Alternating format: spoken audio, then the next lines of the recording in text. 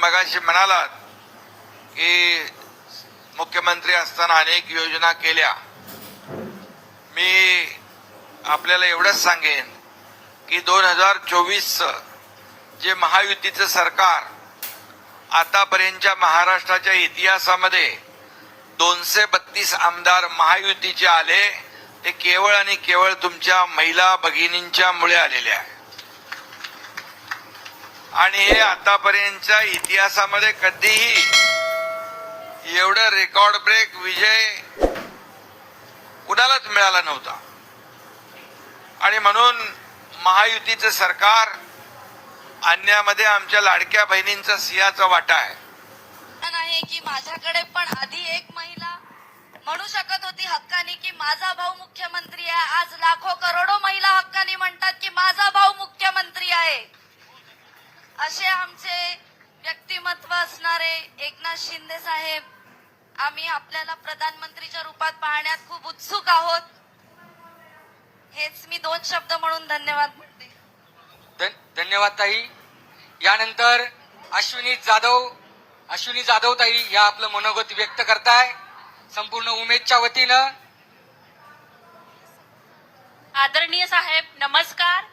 मी अश्विनी जाधव नाशिक जिल्ह्यातनं नांदगाव तालुक्यातनं आपल्या समोर आलेली आहे. तर आदरणीय साहेबांनी मागच्या वर्षी साहेब आमच्याकडे नाशिक येथे आले होते लाडक्या बहिणींच्या संदर्भात. आदरणीय साहेब, आपण महिला सन्मान योजना, लाडकी बहीण योजना यांच्या माध्यमातून प्रत्येक महाराष्ट्रातल्या तळागाळातल्या अगदी चुलीपर्यंत काम करणाऱ्या आमच्या महिलांच्या मनामध्ये आपण साहेब आहात. साहेब, आपल्याला उमेद आणि मावीम यात काम करणाऱ्या आमच्या ह्या सगळ्या तळागाळातल्या वाघिणींची समस्या आपल्याला माहिती आहे. आणि ह्या आजच्या रक्षाबंधन सोहळ्यानिमित्त इथे जमलेल्या माझ्या सगळ्या माता भगिनी ज्या आहेत, तर ह्या आपल्याला रक्षाबंधनसाठी राखी बांधणार आहे, राखीचा धागा देखील बांधणार आहे. त्याच्यात त्यांचं प्रेम देखील आपल्या बाबतीतलं आहे. आणि साहेब, आपण आमच्या ह्या सगळ्या महिला भगिनींच्या ज्या समस्या आहेत त्या देखील जाणून घ्याव्यात. त्याचबरोबर सगळ्या आमच्या उमेद आणि मावीमच्या ज्या महिला भगिनी आहेत, तर यांच्या माध्यमातून यांच्या स्वप्नात पुढचं जे काही मंत्रीपद असणार आहे ते आपलं असणार आहे. यासाठी आमच्या सगळ्यांचे तुम्हाला आशीर्वाद असणार आहेत, तुमच्यासाठी शुभेच्छा असणार आहेत. आणि मला या ठिकाणी बोलण्याची संधी दिली, मला या ठिकाणी व्यक्त करण्याची संधी दिली, त्याबद्दल धन्यवाद. जय हिंद, जय महाराष्ट्र. यानंतर सरस्वतीताई खुर्दळ. थोडं लवकर यायचंय, लवकर आपलं मनोगत व्यक्त करायचं. नमस्कार साहेब. आपले आदरणीय एकनाथजी शिंदे साहेब, आपले लाडके उपमुख्यमंत्री, तसेच आपल्या सर्व लाडक्या बहिणींचे लाडके भाऊ, आज आपल्याला ही संधी रक्षाबंधन निमित्त भाऊंनी जी दिली, आज मी भाऊच म्हणाल साहेबांना खरं तर, कारण आज एवढ्या महाराष्ट्रातून माझ्या महिला आलेल्या आहेत, तर एवढा मौल्यवान वेळ काढून साहेबांनी जी आपल्यासाठी वेळ राखीव ठेवली, यातच साहेबांचा खूप मोठेपणा आहे. आणि उमेद अभियान व माहीम च्या वतीने मी साहेबांचे स्वागत करते. आणि याआधी आमचे उमेदचे प्रश्न साहेबांनी खूप चांगल्या प्रकारे हाताळले आहे. आणि त्यामुळे आपल्या उमेदच्या भगिनी साहेबांवरती खूप आनंदित आहे. आणि असेच प्रेम, असाच जिव्हाळा कायम आमच्या सोबत साहेबांचा असावा, कारण साहेबांनी जवळून आमचं अभियान बघितलेलं आहे. आमची प्रत्येक महिला ही प्रत्येक जी आपली योजना येते त्यामध्ये प्रत्येक चुलीपर्यंत ती योजना जाते महिलांपर्यंत. आणि साहेबांना एकच विनंती आहे की यापुढेही आमचे काही मागण्या प्रलंबित जे काही प्रश्न असतील तुमच्यापर्यंत आले तर नक्कीच ते तुम्ही सोडवाल, ही अशी ही आम्हाला अपेक्षा आहे. आणि एक अपेक्षा अशी व्यक्त करते की पुन्हा एकदा आम्हाला तुम्हाला मुख्यमंत्रीच्या रूपात बघायचं आहे. तर सर्व भगिनींच्या वतीने मी अशी विनंती देवाला प्रार्थना करते की आमच्या भावालाच पुन्हा एकदा मुख्यमंत्री व्हावं, अशा शुभेच्छा देते. धन्यवाद. धन्यवाद ताई. यानंतर एक धडाडीची तोक रोशनी कुंभारडे ताई. हे शेवटचं मनोगत होईल तुमच्या सगळ्यांच्या वतीनं. रोशनी कुंभारडे ताई. साहेब, जय महाराष्ट्र. सगळ्या महिला भगिनींना जय महाराष्ट्र. एकदा जोरदार आवाज होऊन जाऊ द्या. जय महाराष्ट्र. अजून एकदा. आज या ठिकाणी आपण सगळेजण सकाळपासून वाट बघतो आहोत आपल्या महाराष्ट्र राज्याचे उपमुख्यमंत्री माननीय एकनाथजी शिंदे साहेब, त्यांसमवेत आपले सगळेच पदाधिकारी, आपल्या सगळ्या महिला भगिनी, सकाळपासून आपण साहेबांची आतुरतेने वाट बघत आहोत आणि आज तो क्षण आत्ता या वेळेला आपण अनुभवत आहोत. बघा, मला वाटत नाही आजपर्यंत असले कुठे मुख्यमंत्री किंवा उपमुख्यमंत्री झाले आहेत ज्यांनी महिलांसाठी वेगवेगळ्या योजना आणल्यात. महिलांसाठी त्या योजना फक्त कागदापुरता नव्हे तर प्रत्यक्षात उतरवल्या आणि त्या योजनांचा आज आपण लाभ घेत आहोत. आपल्या लाडक्या बहिणी ही जी खूप मोठी योजना आहे जी घराघरामध्ये जाऊन पोहोचली. अशा योजनेमुळे सगळ्या लाडक्या बहिणी आज साहेबांपर्यंत येऊन पोहोचल्या आहे. म्हणून आज आपण साहेबांना एकच विनंती करणार आहोत, साहेब तुम्ही आमच्या पाठीमागे सदैव मोठा भाऊ म्हणून उभं राहायचं आहे, पण आमची एक सगळ्यांची खूप मोठी इच्छा आहे, तुम्ही मुख्यमंत्री झाले पाहिजे ना. ही सगळ्या महाराष्ट्राची इच्छा आहे. आज ती मी तुम्हाला बोलून दाखवते आणि हा शब्द साहेब 100% या महिला खऱ्या करणार आणि आम्ही सगळ्या महिला तुमच्या मागे आहोत, राहणार आणि तुम्ही सुद्धा आमच्या मागे राहावे हीच एक अपेक्षा. जय हिंद, जय महाराष्ट्र. सगळ्यांना रक्षाबंधनाच्या खूप खूप शुभेच्छा. साहेब खूप खूप यानंतर रक्षाबंधनासाठी आलेल्या संपूर्ण साहेब महाराष्ट्रातून या उमेद आणि माविमच्या साहेब बहिणी आलेल्या आहेत. काही गाड्या या प्रवासामध्ये येऊ शकल्या नाहीत खूप गर्दीमुळे, परंतु 18 जिल्ह्यांचे प्रतिनिधी या ठिकाणी आलेले आहेत. प्रायोगिक तत्वावर मी विनंती करेल, अहिल्यानगर मधून शालिनी आयरे, हिंगोलीमधून सुनीता कटाळे, धुळ्यामधून जयश्री महाले आणि जालन्यामधून सत्यशीला गोटे, त्याचबरोबर पुष्पा बुडबाटकर या माविमकडनं आहेत कौशल्या कुचरेकर. कृपया आपण रक्षाबंधन प्रायोगिक तत्वावरती साहेबांना राखी बांधावी. आदरणीय आपल्या सगळ्यांचं हृदयस्थान एकनाथजी शिंदे साहेब आपल्याला संबोधित करतायत. पुन्हा एकदा स्वागत टाळी द्यायची आहे. स्वागत.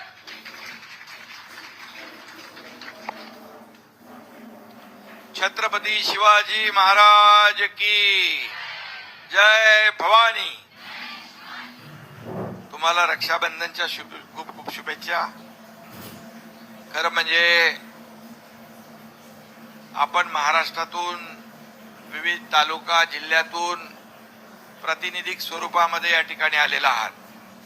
माविम आणि उमेद या दोन गटामधून लाखो महिलांचं प्रतिनिधित्व करणारे आपण आहात. 60 लाख महिला आहेत बचत गट आपले. किती आहेत ग्रामीणचे? आणि मला आपली ताकद माहीत आहे.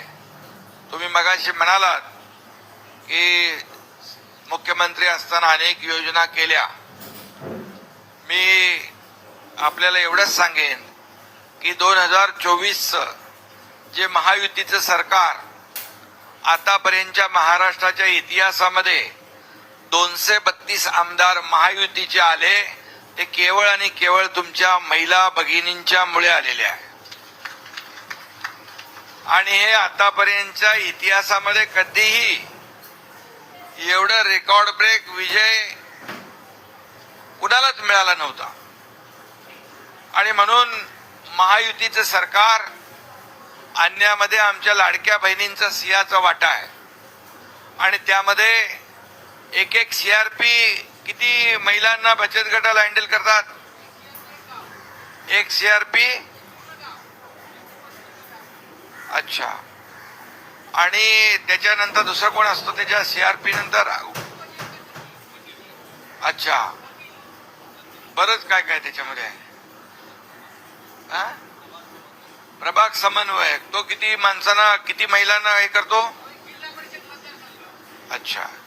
त्यामुळे तुम्ही जे 2024च्या विधानसभेमध्ये ज्या महाराष्ट्रामध्ये जो इतिहास घडवलेला आहे आणि त्यामुळेच महायुतीचं सरकार आलं, पूर्ण महाराष्ट्रामध्ये रेकॉर्ड ब्रेक सरकार आलं, लँडस्लाइड विक्टरी मिळाली केवळ तुमच्यामुळे.